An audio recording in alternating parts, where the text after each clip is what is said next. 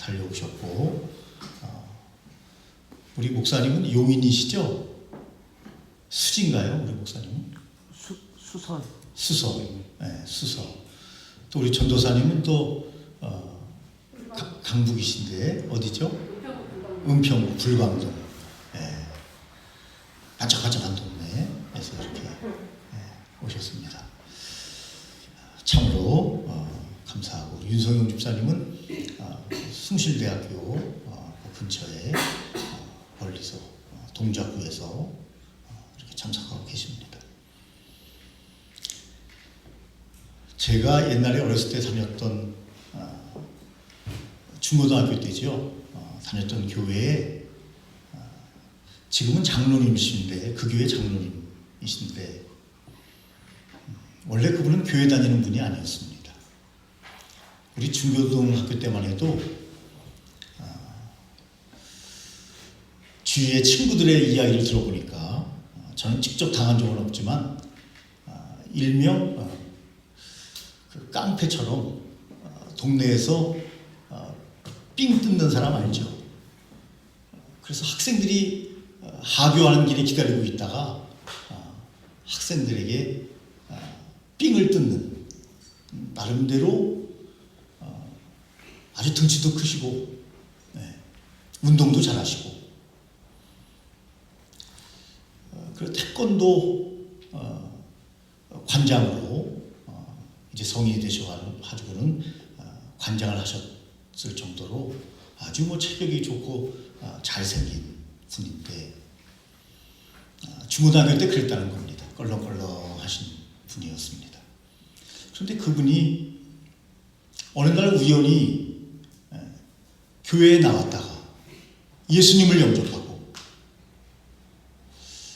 어떤 분은 점진적으로 성화가 되는데 어떤 분들은 하나님이 강권적으로 역사해서 빨리 신앙이 성장하는 분이 있어요. 바로 그분이 그런 케이스신데, 모든 것 끊고 하나님 앞에 헌신하면서 지금 존경받는 장로님으로 교회에서 심호하고 계십니다. 그 이후에 삶은 완전히 바뀌었죠. 그래서 태권도 관장님을 하시다가 지방선거에 나오셔서 서울시 의원을 2텀이나 하셨고, 서울시 정책위원장을 하시는 것을 끝으로 이제 더불어민주당에서 이제 그만해라 해서 공천을 받지 못하고 지금은 다시 태권도 도장을 운영하고 계십니다. 성함은 말씀드리지 않겠지만 참 훌륭한 장로님으로 교회에서 존경을 받고 있습니다. 그런데 그분의 과거는 우리가 알고 우리 친구들이 아는 그분은 그런 분이 아니었습니다. 정말 말 그대로 막 사는 사람이었습니다. 그래서 주님을 만나고 전혀 새로운 인생을 살아가고 있습니다. 교회에서도 평일날 보면 같은 동네이기 때문에 교회 봉고가 지나가는데 늘 교인들을 신방을 하고, 교인들, 청년들을 모아서 회식을 시켜주고, 그리고 쉬는 날은 함께 간단한 여행이지만 여행도 다니고, 지나가면 한 번씩 봉고차 문을 열고 저한테 박 목사님 하고 부릅니다. 저희들보다는 형님이셔요. 여러분, 오늘 아침에 왜 이 말씀을 드립니까? 오늘 성경에 보니까 하나님의 뜻을 분별하라 그렇게 말씀하셨어요. 우리는요, 이 세대에 살고 있습니다. 과거에 살지도 않고 미래에 살 수도 없고 이 세대에 살고 있습니다. 이 세대는 어떤 세대냐? 하나님을 거역하는 세상이다. 그렇게 성경은 말하고 있습니다. 하나님을 거역한다. 세상이 뭐 다 악한 것은 아니지만 성경은 대별해서 말씀할 때 세상과 교회를 구별해서 말씀하고 계시는데, 이 세대는 어떤 의미에서 하나님을 거역하는 세상이기 때문에 악한 세대다 그렇게 성경이 말하고 있습니다. 그 악한 세대를 우리는 따르지 말아야 하는 거죠. 아까 우리 전사님 기도하신 것처럼 포괄적 차별금지법에 보면 다 잘못된 것은 아니에요. 여러분, 차별 없는 세상 좋은 거죠. 그런데 여러분, 독소 조항이 있는 거 아닙니까? 그래서 교회에서 잘 아시는 것처럼 동성 간에 결혼을 반대하면 목사가 감옥에 갈 수도 있는, 성경에서 동성 간의 결혼은 엄격하게 금하고 있는데 그것을 말할 수 없는, 설교할 수 없는 그런 세상이 오면 안 된다. 그런 독소 조항은 빼자. 그냥 개별적으로 처리를 하자. 포괄적으로 전체적으로 통과시키지 말자 하는 것이 기독교의 입장입니다. 모든 것을 반대하는 것은 아니에요. 기독교인들은 사실 그 법이 통과되면 역차별을 받게 되는 거죠.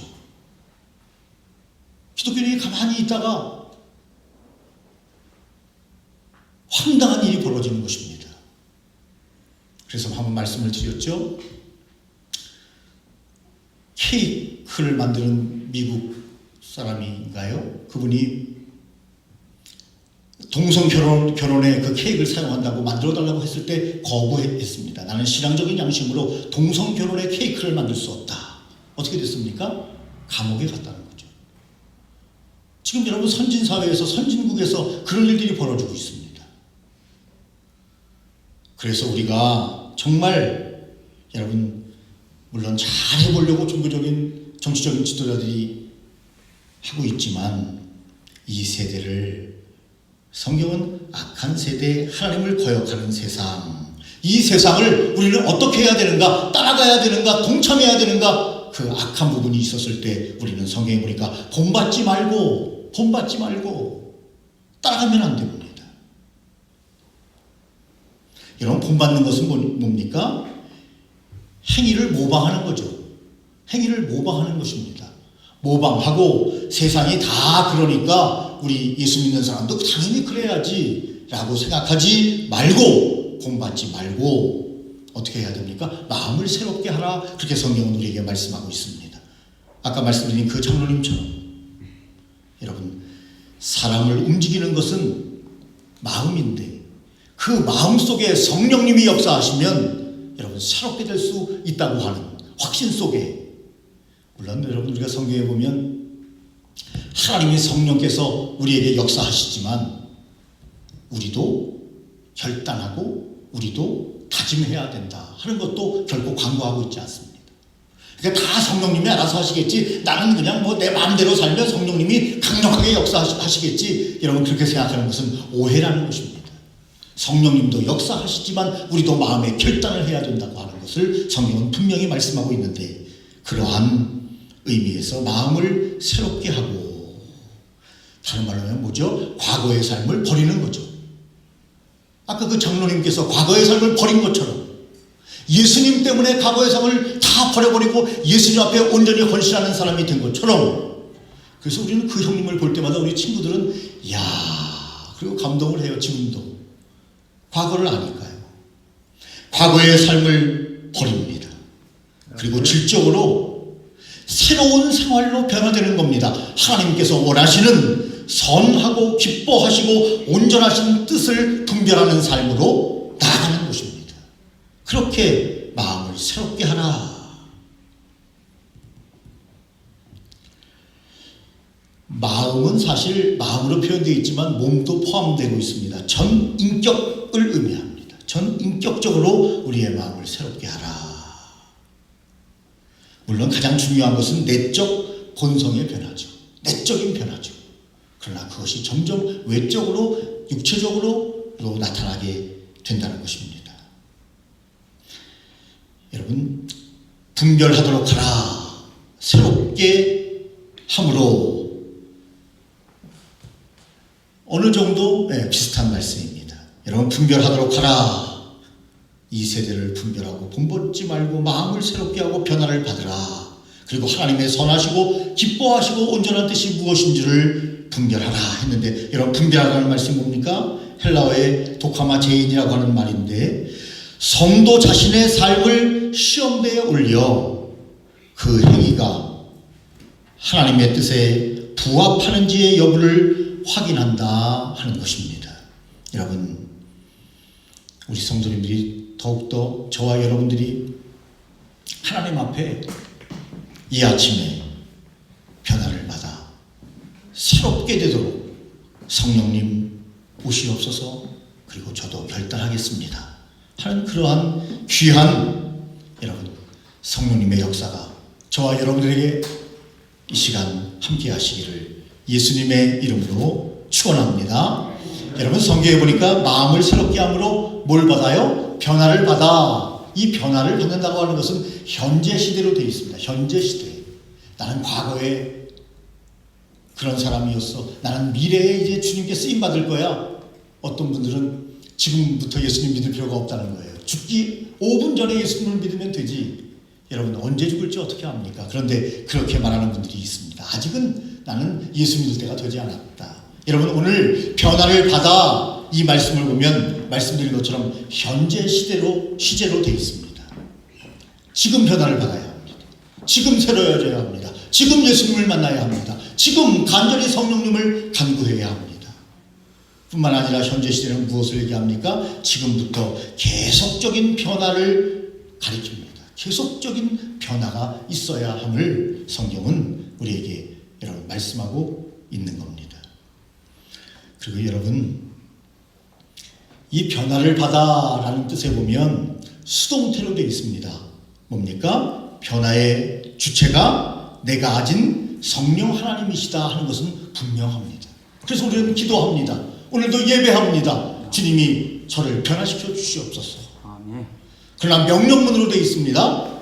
명령문, 분별하도록 하라 하고 명령했습니다. 누구에게 명령합니까? 우리에게 하나님께서 명령하고 계십니다. 그러므로 우리 성도님들 한 분 한 분의 책임을 완전히 배제하지는 않는다는 것입니다. 그래서 우리는 성령님을 의지하고 변화를 받도록 지금 현재 매일매일 지금으로부터 새로워지도록, 과거는 이미 지나갔어요. 미래는 오지 않았습니다. 중요한 것은 바로 지금입니다. 지금 내가 하나님 앞에 어떠한 자세로 서 있느냐 하는 것을 성경은 우리에게 강력하게 요구하고 있는 것입니다. 아멘. 내일 일은 난 몰라요. 장래일도 모릅니다. 그러므로 아버지여 주신 소명 이루소서. 지금 우리가 해야 할 일을 지금 해야 한다는 것입니다. 여러분, 변화된 새 생활은 우리가 성경에 보면 얼마든지 발견하게 되는데, 오늘 로마서의 말씀을 5가지로 정리하면 변화된 새 생활은 뭐냐? 첫째, 하나님을 영원롭게 하는 것입니다. 아멘. 하나님을 영원롭게 하는 것. 그런데 안타까운 것은 잘 아시잖아요. 요즘 기독교인들이 위축되어 있습니다. 코로나19에 잘 대응하지 못했다고 문매를 맞았습니다. 많은 코로나19에 여러분 전염원이 되었다고 이야기합니다. 앙케이트 조사를 했어요. 가톨릭, 배려심이 많다. 불교 역시 그런 평가를 받았습니다. 수치는 좀 낮지만 기독교인 이기적이다, 이렇게 판결을 났습니다. 한번 생각해 보아야 합니다. 하나님을 우리가 영원롭게 해야 되는데, 참 지혜롭게 모든 일에 대처해야 되는데, 그런데 불교는요, 우리 윤성용 집사님도 잘 아시겠지만 불교 쪽의 분들 이야기를 들어보니까 불교는 대단하더라고요. 불교 종단에서 박사급들을 몇십 명을 모집을 해가지고 월급을 줍니다, 다. 그리고 그분들은 뭐만 연구하느냐? 쉽게 얘기하면 이제 문화재 발굴이라든지 이런 것을 해가지고 정부에 요청을 해서 정부 부담금을 받아내서 그것을 개발하기도 하고 보존하기도 하고 하는 일을 하는데, 박사급 몇십 명을 계속 월급을 주면서 그 일만 하도록. 그래서 여러분, 정부의 종교에 주는 보조금이 보면 불교가 제일 많죠. 물론 뭐 기와장 하나만 들어도 여러분 이게 문화재가 된다는 것이 불교예요. 왜냐하면 역사가 그만큼 오래됐으니까. 아무리 그래도 기독교는요, 가장 뭐 비교도 안 돼요. 거의 지원받는 게 없어요. 기독교는 지원 요청하지도 않아요. 그런 의미에서 한국 기독교가 어떤 의미에서 이렇게 많이 정부에 요구하지도 않고 희생하지도 않고 우리가 알아서 자발적으로 여러분 신앙생활을 하면서 하나님께 나아가는데도 왜 이렇게 비판을 받는가? 지혜가 부족해요. 지혜가 부족해요. 모든 일에 일사불란한 지혜가 필요할 때는 그렇게 움직여야 되는데 다 달라요. 그때그때 달라요.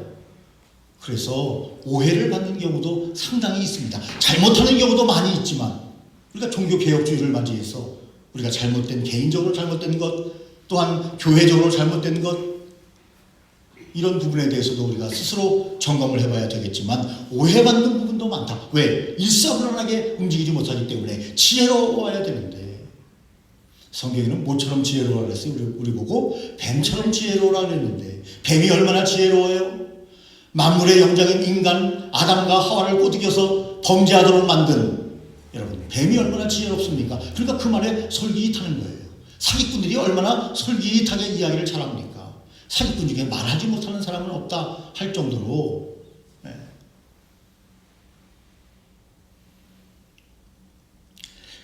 우리가 종교개혁주의를 맞이해서 생각해 봐야 합니다. 하나님을 영화롭게 하는 삶을 내가 살아야 한다는 것입니다. 한국교회가 그렇게 하나님을 영화롭게 해야 한다는 것입니다. 예수 믿는 사람 욕하는 건 좋아요. 목사를 욕하는 건 좋아요. 그런데 하나님까지 욕하도록 만드는 이런 우를 우리가 보면서는 안 되겠다. 하나님이 어떤 분인지도 모르는 사람들에게 하나님을 영화롭게 해야 되는 우리의 책임이 있다는 사실을 우리가 기억해야 합니다. 두 번째로 전적으로 우리를 헌신하는 삶을 살아야 합니다.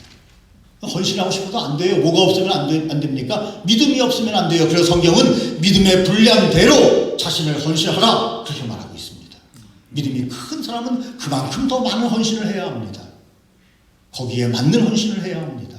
하나님이 그걸 요구하시는 거예요. 우리가 5달란트를 준분에게는 5달란트에 여러분 더 남기기를 주님이 원하십니다. 1달란트 받은 사람은 1달란트의 일만 하면 돼요. 믿음의 분량대로 그러나 자신을 헌신해야 합니다.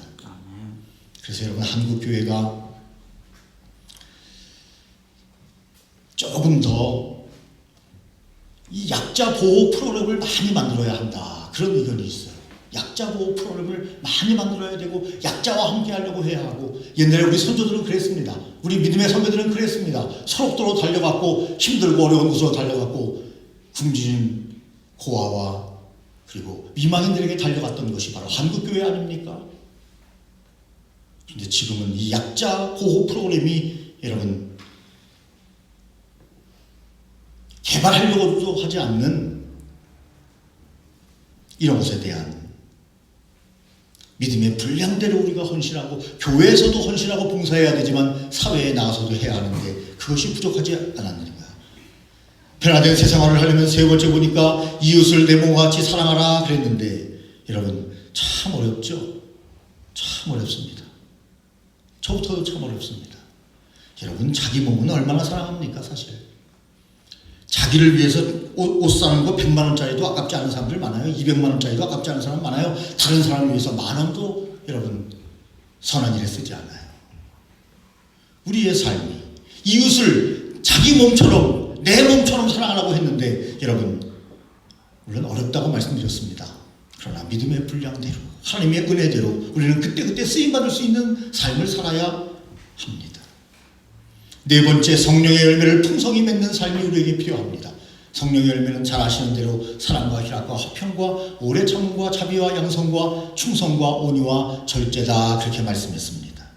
성령의 열매를 풍성히 맺는 삶을 향해서 우리의 마음을 변화를 받아 분별하고 새롭게 하라 주님께서 우리에게 말씀하십니다. 여러분 5번째는 우리에게 좀 부담이 있는 말씀인데요. 이 말씀도 뭡니까? 복음 전파의 명령을 우리가 수행해야 합니다. 명령이에요. 해도 되고 안 해도 되는 것이 아니에요.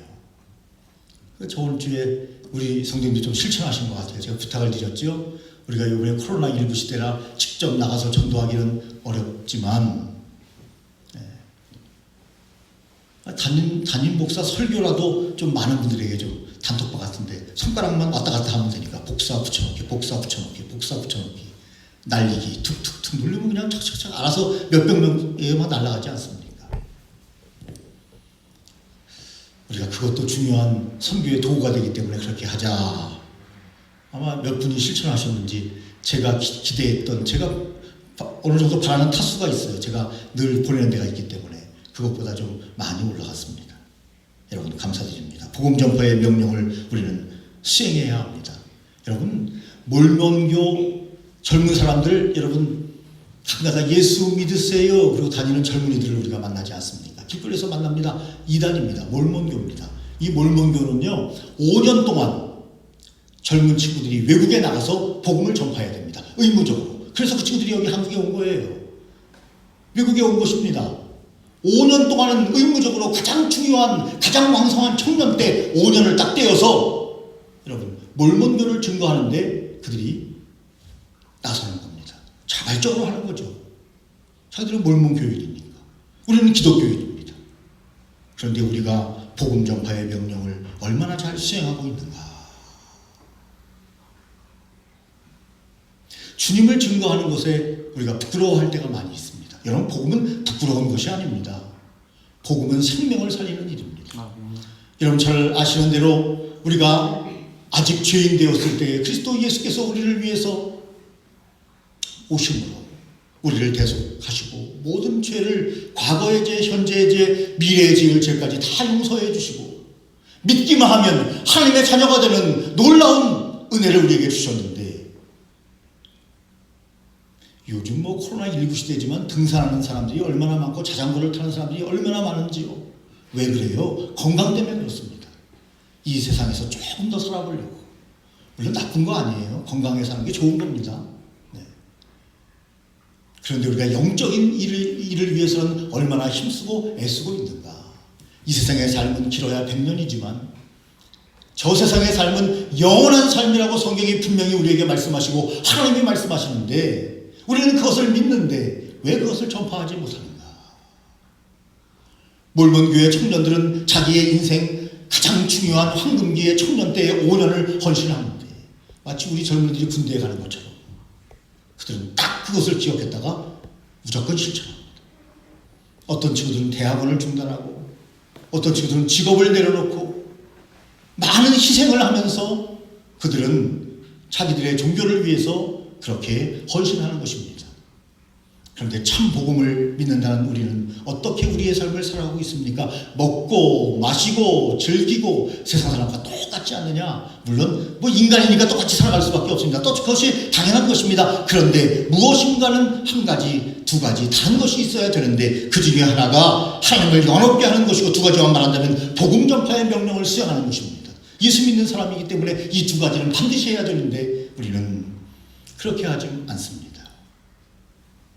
일하기 싫으면 먹지도 말라 주님께서 말씀하셨는데 여러분 주님의 일이 뭡니까? 이 두 가지로 합축할 수 있다고 말씀드렸습니다. 하나님을 영원롭게 하는 것과 복음 전파. 일하지 않아요. 영적인 일을 하지 않아요.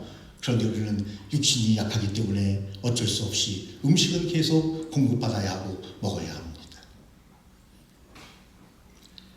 여러분 저와 여러분들이 종교개혁주의를 맞이해서 다른 사람들을 향해서 혹은 타 종교를 향해서 혹은 좀 더 큰 범위의 어떤 단체를 향해서 이야기하기보다 하나님의 뜻을 분별하는 나를 새롭게 갱신하고 나를 새롭게 변화시키는 하나님 보시기에 변화된 세상을 살아갈 수 있는 그런 종교개혁주의가 된다면 정말 참 종교개혁의 의미가 있지 않은가 하는 생각을 합니다. 물론 여러분 종교개혁을 하는 데 있어서 프랑스의 미군노라든지 영국의 청교도들이라든지 얼마나 많은 구교 사람들에 의해서 얼마나 많은 사람이 죽었습니까? 수없는 여러분 사람들이 순교를 했습니다. 참 종교를 지키기 위해서. 그런데 어떤 분들은 이제는 역전됐다고 말하지 않습니까? 기독교가 이제는 개혁의 대상이 됐다고 말하지 않습니까? 한 사람 한 사람이 하나님의 뜻을 분별하고 새로워져야 할 시점이 바로 지금이 아닌가 하는 생각을 합니다. 하나님의 선하시고 그랬습니다. 하나님은 선하신 분이십니다. 아멘이십니까? 우리가 하나님을 이해하지 못할 때도 있지만 그것은 우리가 이해를 못한 것이고 하나님은 항상 선하십니다. 항상 선하신 분이십니다. 하나님은 윤리적인 기준을 딱 잡고 계신 분이십니다. 그러므로 하나님께서는 우리도 하나님의 선하심을 본받기를 원하고 계십니다. 그분이 다스리는 이 세상이 윤리적인 하나님, 선하신 하나님의 뜻을 받들어 우리도 당연히 그렇게 살아야 한다라고 성경은 말씀하고 계십니다. 선하시고 기뻐하시고, 여러분, 하나님이 기뻐하시는 것은 어떨 때 기뻐하십니까? 선한 삶을 우리가 실현했을 때, 선한 삶을 우리가 살아드릴 때 하나님이 기뻐하시는 것 아니겠습니까? 우리가 선한 삶을 누가 뭐라고 해도 가끔가다가 사람들이 그래요.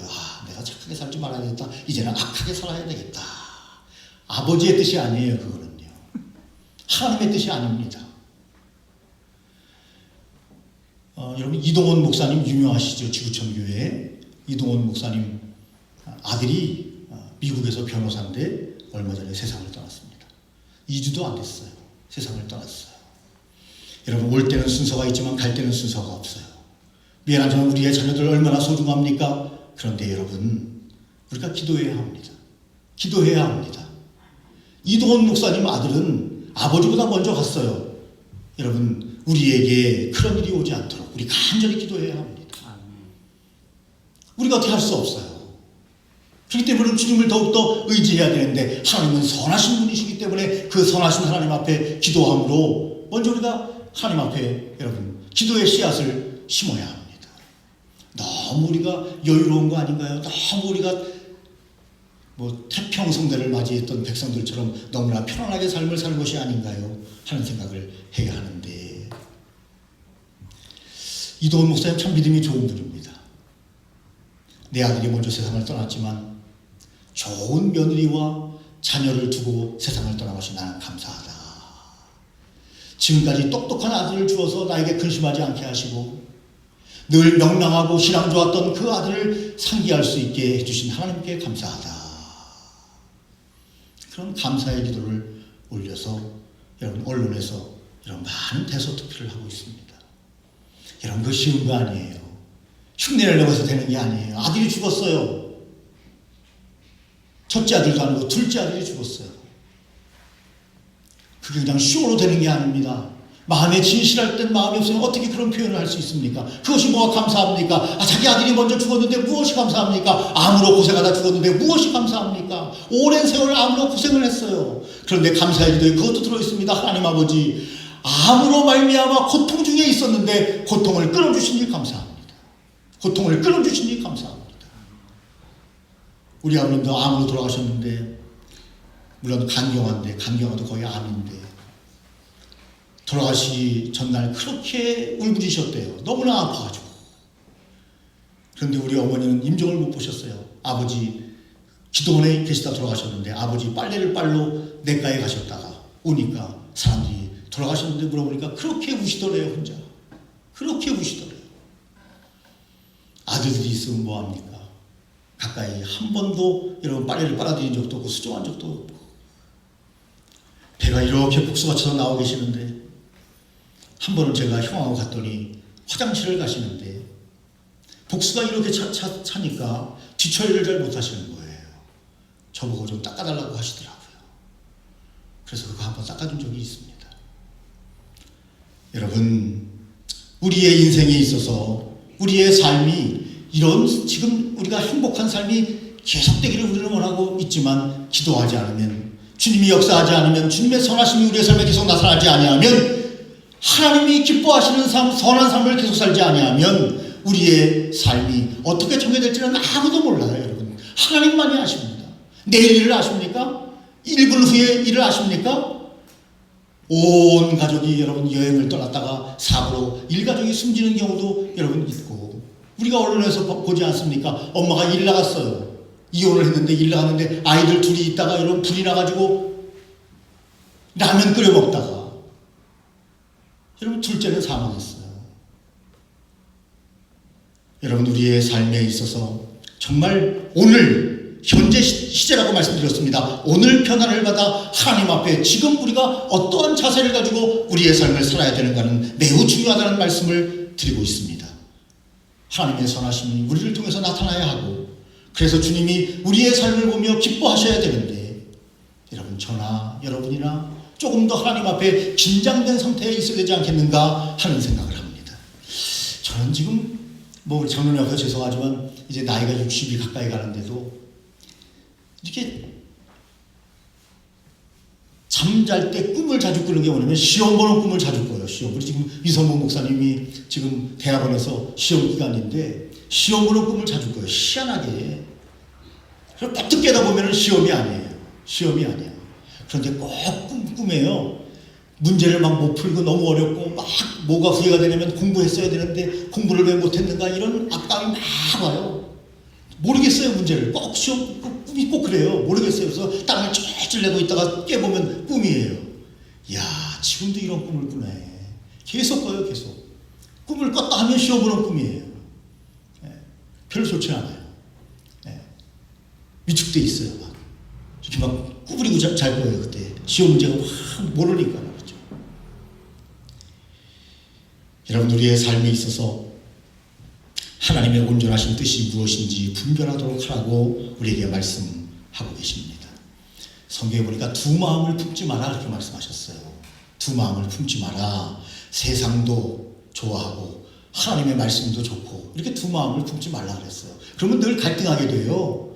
하나님이 말씀하시는 것 아멘 하면 갈등이 없어요. 우리 인생에. 그런데 두 마음을 품으면 왔다리 갔다리 이런 말도 있잖아요. 왔다리 하면 여러분 편한 것 같지만 여러분 두 마음을 품었기 때문에 마음의 평안이 없는 거예요. 그렇게 살다가 그냥 가면은 얼마나 안타깝습니까? 분명히 성경은 말합니다. 한 종이 두 주인을 섬길 수 있겠느냐? 한 종이 두 주인을 섬길 수 있겠느냐? 없다는 거예요. 두 주인을 섬길 수 없다는 거예요. 그런데 우리는 여전히 두 주인을 섬기는 삶을 계속 살아가고 있으니 하나님의 선하신 뜻이, 하나님의 기쁨이 우리를 통해서 나타나겠느냐? 이렇게 여러분 성경은 반문하고 있습니다.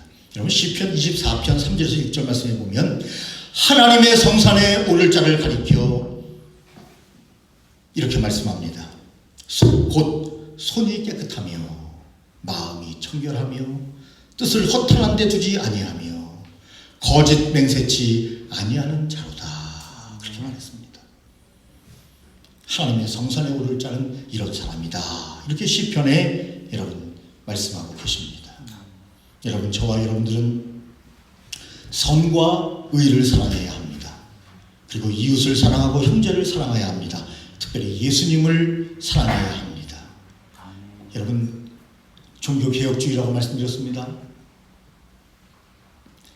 한국에는 별로 없는데 여러분 미국에는 여러분 처치 오브 크라이스트 크리스찬 처치가 많습니다. 그리스도의 교회입니다. 그리스도의 교회. 이 교회는 여러분 제2의 종교개혁을 한 교단이에요. 미국에는 침례교가 제일 크죠. 그 다음에 그리스도교회가 큽니다. 미국에는 장로교회가 별로 크지 않아요. 우리 한국은 장로교회가 제일 많은데 여러분 미국에는 말씀드린 것처럼 침례교 그 다음에 그리스도교회인데 그리스도교회가 많아요. 그리스도교회는 제2의 종교개혁을 다시 시행한 교회예요. 그 교회는 교역자들이 여러분 큰 교회라고 해서 뭐 몇 천만 원씩 사례를 받지 않아요. 그 교회는 어떤 교회예요? 목회자가 일하면서 성도들과 함께 봉사하는 교회예요. 물론 활동비 정도는 받습니다. 교회에서 이런저런 활동을 해야 되니까 활동비라든지 신방비라든지 도서비라든지 이런 것은 받지만 월급이 딱 책정되어 있지 않습니다. 그리스도 교회입니다. 이 그리스도 교회에서 강조하는 것이 뭡니까? 목회자도 일하고 봉사 함께 합니다. 또 뭡니까? 그리스도 교회는 그리고 그 예물로 하나님께 영광을 나타낸다. 그리스도 교회가 못해가 뭡니까? 초대교회로 돌아가죠. 초대교회로 돌아가죠. 유무상통하고 내 것과 내 것이 없는 서로 돌보는 초대교회 정신으로 돌아가자. 그리고 그리스도 교회는 300명에서 500명 이상 교회를 지향합니다. 거부합니다. 300명에서 500명 정도의 교회만을 추구합니다. 그리스도 교회는 큰 교회는 없어요. 교회 수는 굉장히 많아요. 온전한 교회입니다. 여러분 왜 교회가 타락합니까? 돈이 너무 많아서. 돈을 쓸 데가 없어요. 돈을 쓸 데가. 그래서 쓸데없는 짓을 하고 있는 겁니다. 누님이 말씀드렸지만 여러분 교회가 큰 교회가 편하고 좋지요. 그런데 여러분 그것을 하나님의 온전하신 뜻이 무엇인가 분별하면서 그것을 이웃과 나누며 약한 사람들과 나누며 여러분 성경에 보니까 가부와 고아를 도우며 여러분 11조를 하는 중요한 것은 두 가지가 있는데 성경에 보면 첫 번째는 뭡니까? 11조는 구약시대의 제사장들에게 여러분 일을 하지 않으니까 그 제사장들의 사례비로 11조가 쓰입니다. 또 하나는 뭡니까? 약자 보호 프로그램으로 그것이 쓰였습니다. 고아와 가부를 돌보라고 11조를 내는 거예요. 그런데 여러분 큰 교회에서 엄청난 헌금이 들어오는데 그것을 고아와 가부들을 위해서 씁니까? 반은 고아와 가부를 위해서 써야 됩니다. 반은 약자들을 위해서 써야 합니다. 두 가지 개념으로 나와 있어요. 여러분 11조의 개념이. 요즘 신약시대의 교회는 여러분 11조의 개념을 똑같은 헌금으로 생각을 해서 여러분 모든 경상기에도 함께 쓰고 있지만 원래 구약의 의미가 그랬다는 것입니다. 그러므로 여러분 우리 한국교회 그리고 우리 자신이 종교개혁주를 맞이해서 조금 더 교회의 이미지의 갱신을 위해서 교회 그러면 아름답고 좋고 유익하고 행복한 이런 이미지를 받아야 되는데 교회 하면 이기적인 집단 여러분 이렇게 인식이 됐으니 어떻게 하나님의 영광을 드러내는 여러분 기독교라고 말할 수가 있겠습니까? 그러므로 지금부터라도 현재 시점이라고 말씀드렸지만 지금부터라도 조금 우리가 좀 변화되지 않으면 하나님의 영광을 나타낼 수가 없다 하는 것을 성경은 우리에게 분명히 이야기를 합니다. 미국에 여러분 이 말씀만 드리고 마칩니다. 흑인 빈민가에서 고아원을 운영하는 한 여인이 있었습니다. 뉴올리안즈라고 하는 그 시내에 고아원이 있었어요. 성탄절이 다가오는데 그 운영하는 사람의 이름은 말가리다라는 분입니다. 성탄절이 다가오는데 불쌍한 많은 고아들이 있는데 성탄절에 선물을 줘야 되는데 곧 우리도 성탄절이 다가오지 않습니까? 그런데 막막한 거예요. 자금이 없는 겁니다. 그래서 마음에 딱 강한 결심을 맺고 화려한 술집으로 찾아갑니다. 당연히 외면하죠. 술 먹고 흥청망청 지금 자기들의 재미에 빠져있는 사람들 틈에서 여러분 고아들을 돕자고 하면 누가 여러분 관심을 기울이겠습니까? 우리가 가끔 가다가 음식 먹을 때도 보면 여러분 가난한 사람들이 들어와서 보면 별로 우리가 마음이 편찮을 때가 많은데 술 먹으면서 여러분 그들이 지내고 있는 그런 바 같은 큰 여러분 그런 곳에 그가 찾아갑니다. 고아들을 위해서 찾아갑니다. 그가 사람들에게 이야기를 하자 사람들이 다 외면을 합니다. 어떤 청년이 혼자 고독하게 앉아서 술을 먹고 있는데 그 사람에게도 요청을 하자 그 사람이 갑자기 먹던 컵을 그 말가리다 부인의 얼굴에 집어던집니다. 짠! 하고 깨졌는데 피가 쫙 흐릅니다. 그리고 얼굴에 그 병이 이 조각이 이렇게 유리 조각이 박혔습니다. 바닥에도 떨어져서 깨졌습니다. 많은 사람들이 갑자기 집중을 하게 됐습니다. 실합니다. 그런데 이 여인이 자기 손수건을 빼서 피가 나는 곳을 딱 막고는 자기의 얼굴에 박혀있는 유리 조각을 먼저 빼는 것이 아니고 딱 임시면통으로 막고는 그리고는 한 손으로 깨진 유리를 주섬주섬 줍기 시작을 했습니다.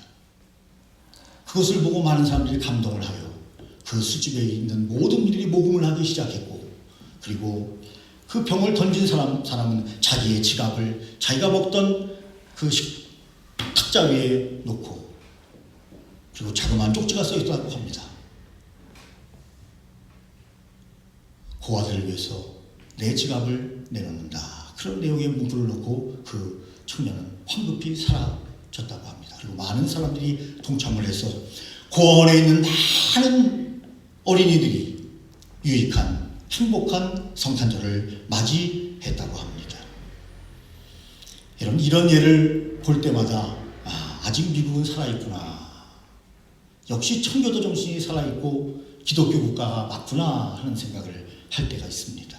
여러분 저와 여러분들이 오늘 종교개혁주의를 맞이해서 먼저는 우리가 새로워져야 하고 여러분 우리 뜻대로 안 됩니다. 그러나 결단을 해야 합니다. 그리고 기도해야 합니다. 성령님이 우리를 조명하시고 우리에게 새로운 마음을 주셔야 합니다.